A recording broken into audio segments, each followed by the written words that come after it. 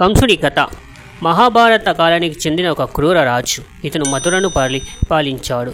ఇతను యదువంశానికి చెందిన గరుడ వంశస్థుడు. ఇతని తండ్రి ఉగ్రసేనుడు, తల్లి పద్మావతి. కంసుడు బాల్యంలో చాలా బలవంతుడు కానీ క్రూరుడు.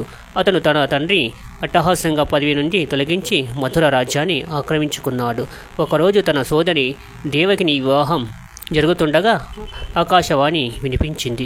కంస, నీవు ఎంతటి బలవంతుడవైనా నీ చెల్లెలి 8వ కుమారుడిచే నీవు సంహరించబడతావు అని విన్నాడు కంసుడు. ఈ శబ్దాన్ని విన్న కంసుడు భయంతో దేవకిని చంపాలని ప్రయత్నించాడు. అయితే ఆమె భర్త వసుదేవుడు అతన్ని సముదాయించి ఆమె నుండి పుట్టే ప్రతి బిడ్డను అతనికి అప్పగిస్తానని ఒప్పించాడు. దేవకిని జన్మించిన మొదటి 6 పిల్లలను కంసుడు చంపేశాడు.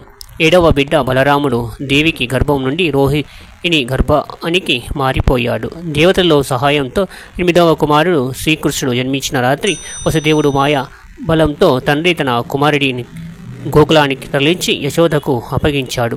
అప్పుడు కంసుడు దేవకికి పుట్టిన బిడ్డను చంపడానికి ప్రయత్నించాడు. కానీ యోగా మాయాదేవి ఆమె అతనికి భవిష్యత్తు చెప్తూ ఆకాశంలో కలిసిపోయింది. కంసుని శ్రీకృష్ణుడి పెరిగి యువకుడయ్యాడు. అతను మథురకు వచ్చి కంసుడి అతన్ని శ్రీకృష్ణుడు చంపాడు. కంసుని అత్యాచారం ముగిసింది. మథురలో తిరిగి శాంతి నెలకొంది. కంసుడు భయంతో తన సోదరి పిల్లలను హత్య చేశాడు. శ్రీకృష్ణుడు గోకులంలో పెరిగి భవిష్యత్తులో కంసుని సంహరించాడు.